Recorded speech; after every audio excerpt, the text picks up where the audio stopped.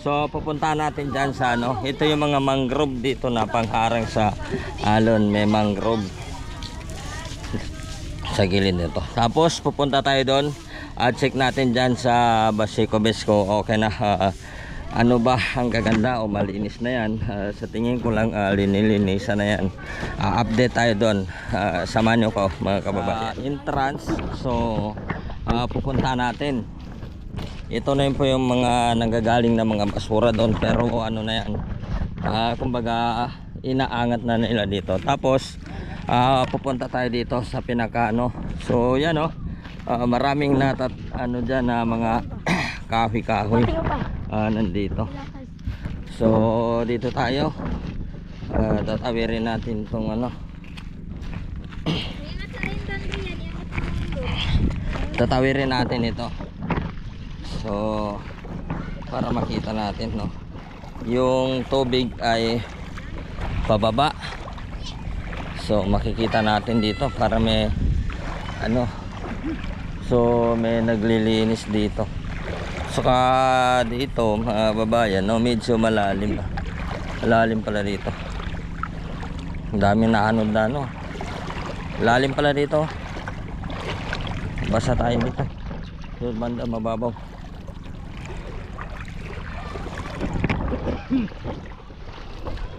Dito tayo dadaan. Samahan niyo ako mga babayan para makikita nyo. Nakailang linggo na lumilipas, hindi tayo nakapunta dito. So nakikita naman ng mga ano dito talagang makalat. So ngayon ito mga kababayan ito nga sinasabi ko sa yung mga upload natin na makaraan So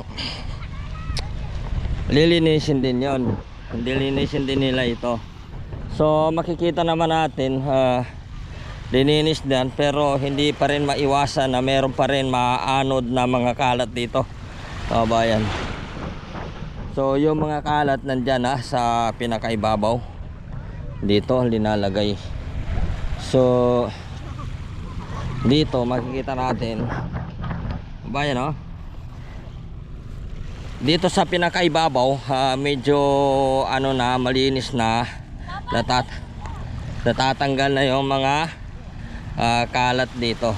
Dito naman makikita natin so hindi lang po maiwasan ito mga kababayan na may mga anod dito na kalat. Siyempre ito yung galing sa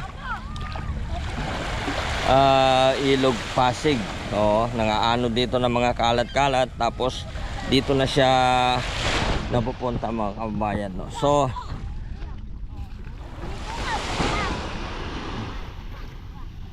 ayan so makikita natin dito. So nandito na. Para sa tingin ko lang kanina lang tinatambak dito yung mga kalat, pero yung iba ay namakasako rin. So ang gagawin lang dito, hakutin na lang ulit pag naano ganyan na ipon, tapos pag nakasako hakutin na yan hanggang dito. Kung nakikita nilang sa ibabaw niya malinis, okay na siya mga kababayan, nalilinisan na. Ito yung update natin dito sa Baseco Beach, na ito yung sinasabi ko, nalilinisin din ito. So ito na, pero kung makikita nilang hindi pa rin natatapos ang pag ano dyan, paglilinis dito sa kasi siyempre marami pa rin kalat dito sa ibabaw nito. So ito ayun lang po, ito inaangat. Tingnan nyo na lang sa napakarami rin nila naiipon dito na mga nakaradsa na kalat. Ito na yung lahat. So hanggang doon na yon na makakalat dyan. Pero okay na, kasi ito pag nakasako-sako hakutin na ito sa at least dito sa pinakaibabaw malinis, okay na siya. Ang ibabaw nito ng Baseco Beach, dyan na lang sa baba ang maging kulang na lang dyan mga kababayan. kasi dito hindi pa rin naubos ang ano dito, yung mga kalat na nakaladsa. Ang maganda, ang gagamitan dito, gamitan ng lake para mahihila itong mga kalat-kalat po na nandito. So sa tingin ko hanggang doon pala ang kanilang natatapos, no? Hindi pa nauubos na talagang natatapos lahat. Yun doon hindi pa na nauubos. Pero yun dito, tingin ko lang talagang pinakaibabaw dito. Ito, makikita nila lang na nililinis na. Ayos na siya mga kababayan, no? Maganda na siya, na nalinis na ito sa ibabaw. Kita nila lang na yung dating maraming kalat dito ay wala na siya. Okay na siya. So dito naman naaanod pa yung ano dito, no? Marami pang kalat dito, hindi natin minsan maiwasan yung kalat dito. Ito yung may mga tanim dito na mangrove. Ito yung puno na nabubuhay sa tubig, tubig dagat. Dito yung mangrove. Ayan, oh. Ayan po yung nabubuhay dito sa ano ng dagat. Kahit nababad yan, hindi siya basta-basta mamamatayan. Dyan po nabubuhay yan sa ano ng dagat, tubig nakababad. Ito yung sabi na mangrove ang puno. So yun, ito mga babae, ano, nakikita natin. So ang nalinis po nila, pansinin na lang natin na hanggang dito pala ang naabot. Yung dito banda mga kababayan, marami pang naging kalat. Ang naiipon nila yan, no, na makatambak na yan sa ibabaw. Yan pa ang naiipon. Kanina yan ginagawa na pag lilinis nila dito. So ganyan, kaya makikita natin sa ibabaw. So malinis yan, ganda, no, sa ibabaw. Tapos ito pag na ano, pwede ililek yan para talagang malinisan din na dito sa baba. Kasi hindi maiwasan ito mga merong magkakalat dahil galing din ito sa ano, sa Ilog Pasig. Tapos na ano dito, lalo na pag may bagyo na dumarating o dumadaan, talagang maano ito, dito lahat ng mga kalat nagdagsa papunta na rin ng Manila Bay, kaya dito naiipon yan.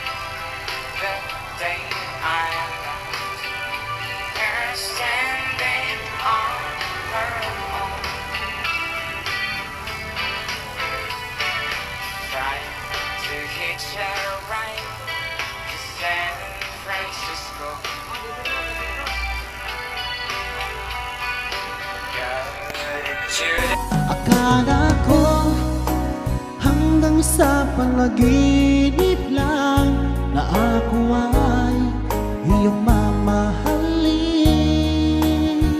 Salamat sa aking buong may kapal.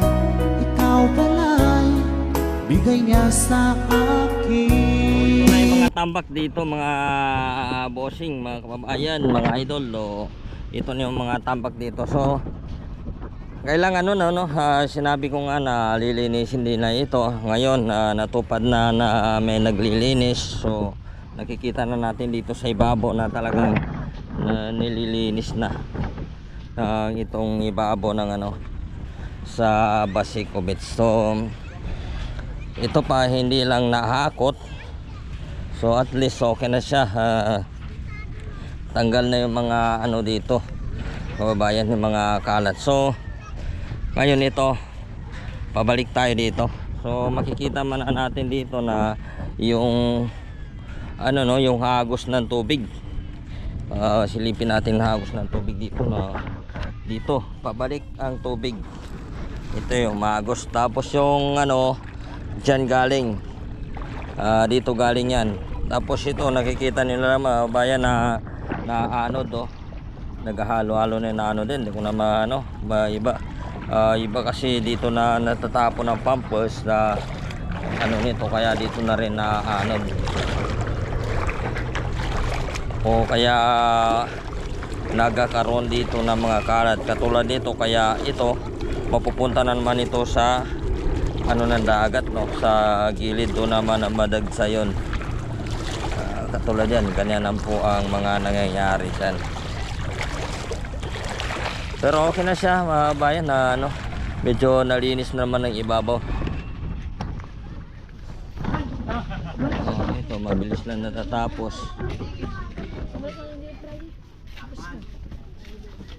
Yan dito yung sa mangrove.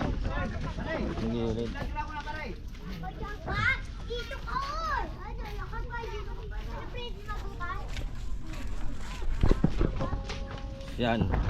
Tapos na dito yung flooring o kalsada. Yun doon pa sa dulo ay hindi naabot. Pero yun dito, so okay na. Natatapos na dito, nasusumintuan na hanggang doon. Hindi ko alam kung kailan na man, pero tuloy pa rin ang gumagawa dyan. Nakikita natin doon na may gumagawa.